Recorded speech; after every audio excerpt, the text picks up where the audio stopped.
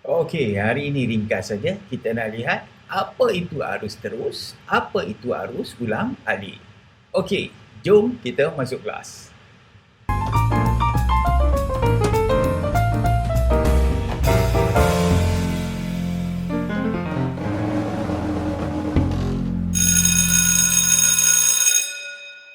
Baiklah, loceng pun dah bunyi, kita dah boleh mula.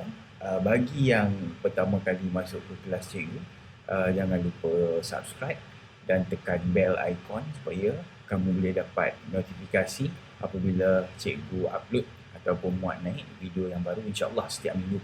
Okey, sebelum terlupa, bagi yang belum join Google Classroom cikgu, cikgu ada dua Google Classroom yang cikgu open untuk umum seluruh Malaysia. Kamu boleh join. Class code ada di description setiap video cikgu. So kamu tengok description, baca di situ ada class code Google Classroom cikgu. Kamu boleh masuk. Satu kelas umum untuk tingkatan 2 dan satu lagi kelas umum untuk tingkatan 3. Baik. Jadi untuk tajuk kita hari ini iaitu jenis-jenis arus. Ya, kita teruskan. Baiklah, jenis-jenis arus ya. Tajuk pecahan yang kedua lah ya. Yang kedua, jenis-jenis arus. Kalau ada buku teks bersama kamu, sekarang ini kamu boleh sambil-sambil tu rujuk muka surat 64. Muka surat 64 ya. Kita teruskan. Baik. Okey, kita tengok di sini. Jenis arus elektrik yang kita tahu ada dua jenis. Yang pertama arus ulang alik, yang kedua arus terus. Kita lihat terlebih dahulu yang pertama arus ulang alik. Okey, arus ulang alik ni takrifan dia kurang lebih ya. Dia kata arus elektrik yang sentiasa berubah-ubah alirannya. Di dalam bahasa Inggeris dia disebut sebagai alternating current, AC. Alternating current, dia disebut sebagai alternating current, AC. Tajuk ini luas lah ya sebenarnya, tetapi untuk tingkatan 3 ni kita perlu tahu yang ringkas sahaja. Arus ulang alik ini adalah arus yang kita guna, yang kita ambil daripada soket di rumah kita tu, macam ni, macam gambar ni.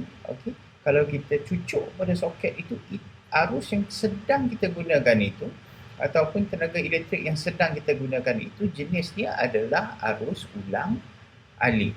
Okey, sedikit maklumat tambahan, kita lihat bagaimanakah arus ulang alik ini. Kita tahu dia dah dijana di pusat jana kuasa, macam mana dia boleh sampai ke rumah kita. Kita lihat, ini dipanggil sebagai sistem penghantaran tenaga elektrik. Baik, kita lihat sedikit. Okey, sistem penghantaran dan pengagihan tenaga elektrik. Ya, daripada permulaannya adalah stesen jana kuasa. Okey, saya ceritakan ini untuk kita lebih faham sedikit apa itu arus ulang alik lah ya.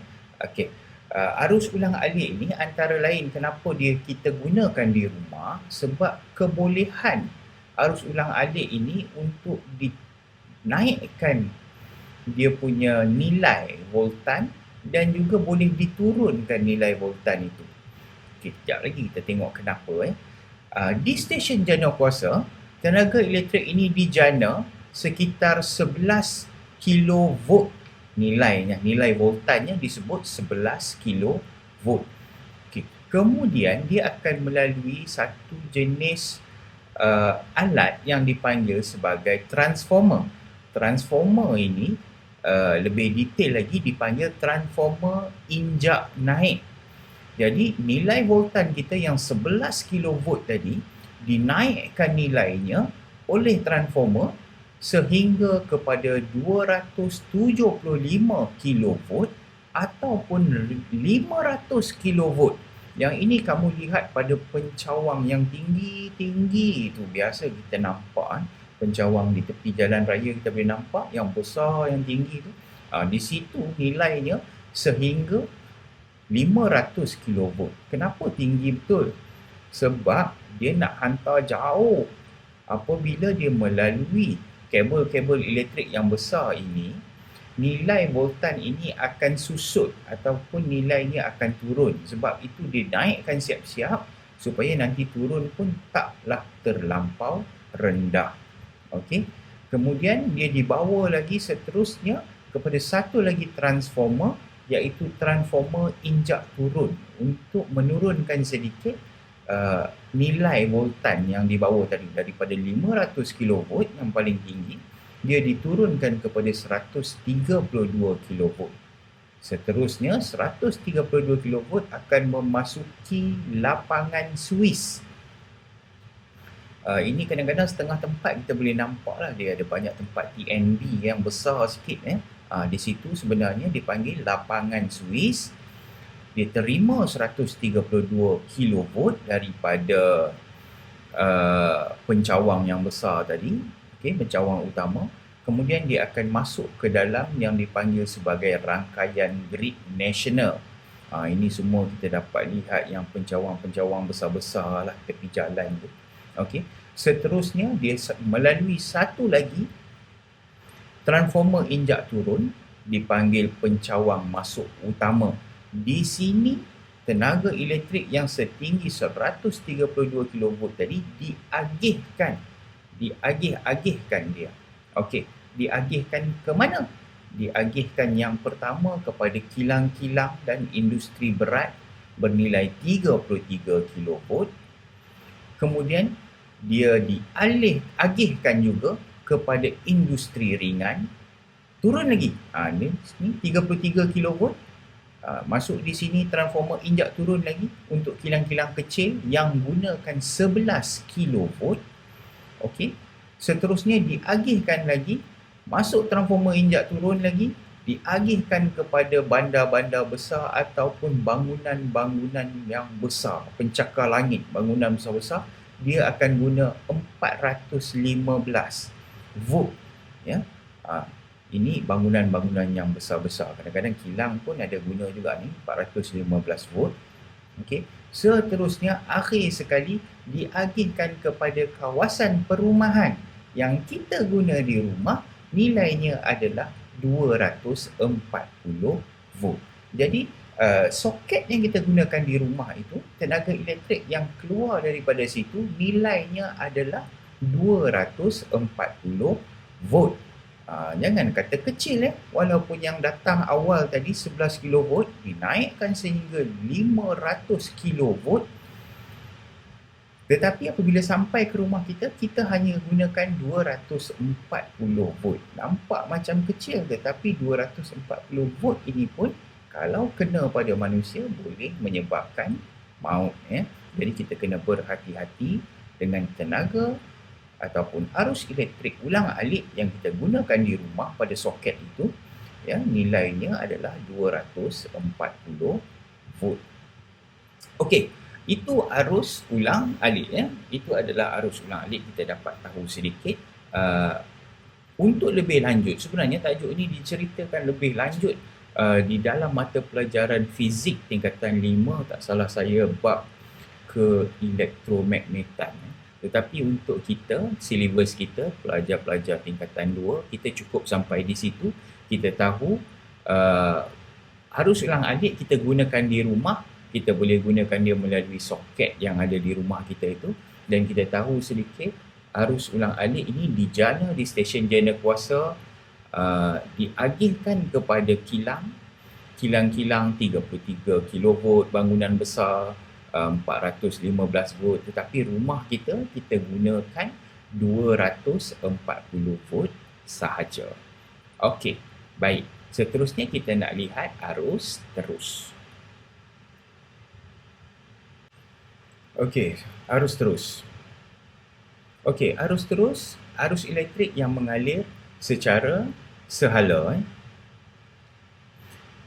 Untuk mudah faham, jenis arus terus ini kita perolehi dia sumbernya daripada bateri. Jadi semua jenis bateri, jenis arus yang dihasilkan adalah arus terus. Semua jenis bateri. Jadi peralatan elektrik, peralatan elektronik yang menggunakan bateri seperti ini, dia adalah jenis arus terus. Smartphone kita menggunakan bateri, jadi smartphone juga menggunakan arus terus. Kenderaan seperti kereta, kenderaan juga menggunakan arus terus sebab kenderaan ada bateri. Jadi semua peralatan elektronik yang menggunakan bateri ini dia menggunakan arus terus.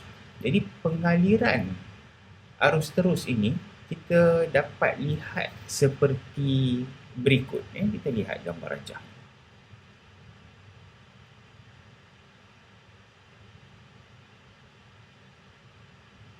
Okey, jadi kamu dapat lihat gambar rajah ini.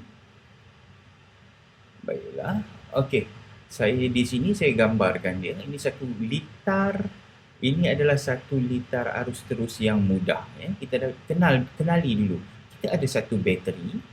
Seperti saya maklumkan tadi, bateri kita ada tamatan positif sebelah atas ni dan bawahnya adalah tamatan negatif. Kemudian kita ada wire. Ni wire masuk ke dalam suis. Ni suis kita. Okey, seterusnya dia melalui wire lagi masuk ke dalam mentol. Saya gunakan mentol di sini untuk menggambarkan kepada kamu. Seterusnya daripada mentol satu wire lagi panjang terus kepada tamatan negatif. Jadi arus elektrik tu kalau saya tekan on, kita dapat lihat arus elektrik dia bergerak daripada positif, dia bergerak masuk dalam suis, masuk dalam mentol, keluar daripada mentol terus kepada negatif. Bila lengkap satu kitaran itu, dia berpusing tenaga elektrik ini, lalu mentol kita pun akan menyala. Jadi inilah sedikit gambaran kepada kamu bagaimanakah arus terus berfungsi. Jadi dia simple saja, daripada punca positif ataupun kita panggil tamatan positif, dia akan bergerak kepada tamatan negatif. Seterusnya ada apa-apa saja komponen elektrik yang disambung dalam contoh ini mentol. Jadi mentol akan menyala. Kalau kita putuskan sambungan suis ni off, jadi tenaga elektrik pun tidak mengalir, mentol pun padam. On semula, mentol menyala. Okey. Jadi begitulah sedikit penerangan berkenaan dengan arus ulang-alik dan juga arus terus. Harap kamu dapat fahamlah ringkas sahaja tajuk kita hari ini. Walau bagaimanapun cikgu tetap ada sedikit latihan struktur di dalam Google Classroom. Kamu boleh login masuk ke dalam sana, jawab soalan saya. Kemudian turn in, jangan lupa turn in, insya-Allah lepas itu saya akan semak dan return semula kepada kamu. Okey, itu sahaja. Kita berjumpa lagi dalam kelas yang akan datang. Alright, bye-bye.